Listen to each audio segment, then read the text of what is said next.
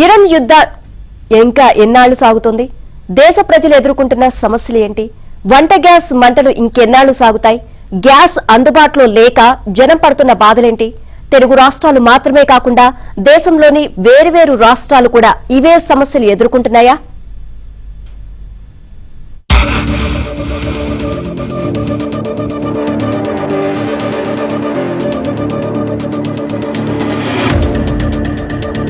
యుద్ధంతో భారతదేశం ఎదుర్కొంటున్న అతిపెద్ద సమస్యల్లో వంట గ్యాస్ కొరత ఒకటని చెప్పక తప్పదు.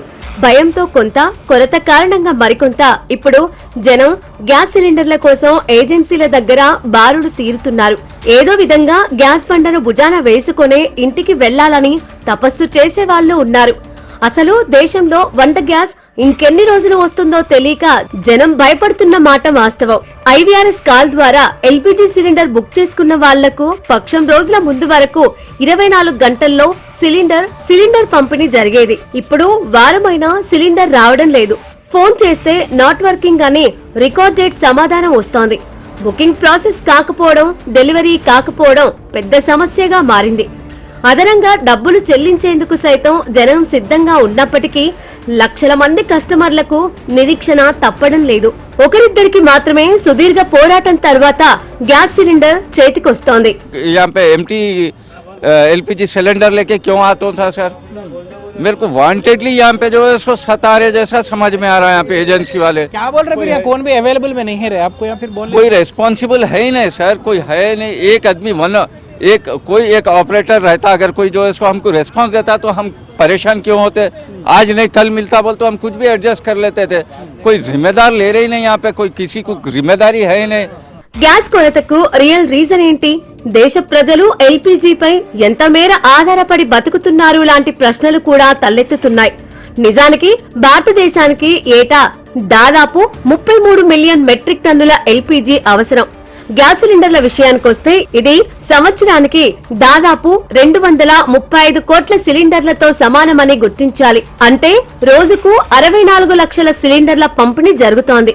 ఎల్పీజీలో 88% ఇళ్లలోనే వినియోగిస్తున్నారు. మిగిలిన 12% హోటళ్లు, రెస్టారెంట్లు, ఇతర పరిశ్రమలకు వెళ్తోంది.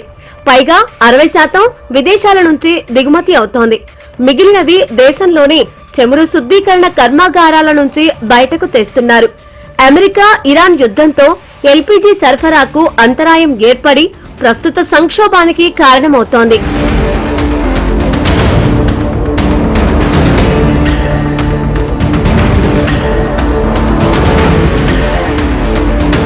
ఎట్లా అంటే సిలిండర్ అయిపోతూనే బుక్ చేసి తీసుకునేవాళ్ళు సార్. ఇప్పుడు ఏంటంటే సిలిండర్లు ఒకవేళ వస్తాయో రాదో, గ్యాస్ కొరత ఏర్పడుతుంది కావచ్చు అనే ఆలోచనతో కొద్దీ తొందరనే బుక్ చేసుకోవడం జరుగుతుంది సార్. దానివల్ల జనాలందరూ ఇబ్బంది పడి గ్యాస్ రాదేమో, అయ్యో గ్యాస్ అదే అనుకొని దానివల్ల ఒక 10-20% గ్యాస్ బుకింగ్ అనేది పెరగడం జరిగింది సార్. జనాలు కూడా ఏమనుకుంటారంటే మాకు వస్తలేదు, గ్యాస్ వస్తుందో రాదో, యుద్ధం జరుగుతుంది కదా అన్న ఉద్దేశం కొద్దీ చేసుకుంటారు. కానీ దాదాపు అట్లాంటి కొరత అనేది ఏం లేదు సార్. వాణిజ్య గ్యాస్ సిలిండర్లు అందుబాటులో లేకపోవడంతో హోటళ్లు, రెస్టారెంట్లు సంక్షోభాన్ని ఎదుర్కొంటున్నాయి. గృహ ఎల్పీజీ అవుట్లెట్ల వెలుపల పొడవైన క్యూలు ఏర్పడ్డాయి. వివాహ వేదికలలో ఉద్రిక్తత నెలకొంది. ఇది అత్యవసర పరిస్థితి లాంటిదని క్యాటరింగ్ సంస్థల నిర్వాహకులు అంటున్నారు. ఇక వాణిజ్య సిలిండర్ల ధర చుక్కలనంటింది. రాజస్థాన్ రాజధాని జైపూర్ లో కమర్షియల్ సిలిండర్ 1900 నుంచి 2500 రూపాయలకు చేరుకుంది. అందులో కొంత బ్లాక్ మార్కెట్ కూడా ఉంది. లక్నో అయినా, గోరఖ్పూర్ అయినా, తెలుగు రాష్ట్రాలైనా జనం బారుడు తీరక తప్పలేదు. ఎల్పీజీ షార్టేజ్ అనేది మా మీద చాలా ఎఫెక్ట్ చూపిస్తుంది.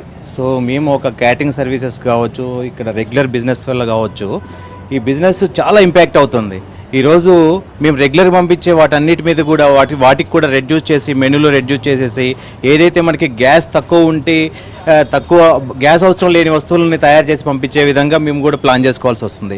సో రెగ్యులర్ క్యాటరింగ్స్ ఉన్నటువంటి మేము స్కూల్స్కి కానీ ఆఫీసెస్ కానీ పంపిస్తాం. వాటిలో మెనూలో చేంజెస్ కావచ్చు, లేకపోతే వాళ్ళకు కూడా మేము ఆల్రెడీ ప్రీ నోటీస్ ఇవ్వడం జరిగింది. సో ఇది మాకు ఎప్పుడైతే డిపెండెన్సీ మాకు గ్యాస్ వచ్చినంత వరకు మేము సప్లై చేయగలుగుతాం, లేకపోతే మేము దీన్ని సప్లై చేయలేదని చెప్పేసి ఆల్రెడీ ఇన్ఫర్మేషన్ కూడా ఇవ్వడం జరిగింది. బీహార్లో వాణిజ్య గ్యాస్ సిలిండర్ల బుకింగ్ 3 రోజులుగా ఆపేశారు. దాని ప్రభావంతో హోటళ్లు మూతపడ్డాయి. పంజాబ్ లుధియానా, ఫరీద్కోట్ లో సర్వర్ పనిచేయకపోవడంతో దేశీయ సిలిండర్ బుకింగ్లు కూడా సాధ్యం కాలేదు. అనేక జిల్లాల్లో వాణిజ్య సిలిండర్ సరఫరాకు అంతరాయం ఏర్పడింది. ముంబై, పూణేలో గ్యాస్ కొరత కారణంగా దాదాపు 20% హోటళ్లు మరియు రెస్టారెంట్లు మూసేశారు. బెంగళూరు, హైదరాబాద్ లో 3 రోజులుగా వాణిజ్య సిలిండర్లు అందలేదని రెస్టారెంట్లు ఫిర్యాదు చేశాయి. మరి ఈ పరిస్థితి ఎక్కడి దాకా వెళ్తుంది? బ్లాక్ మార్కెటింగ్ ను అధికారులు ఎందుకు కట్టడి చేయడం లేదు?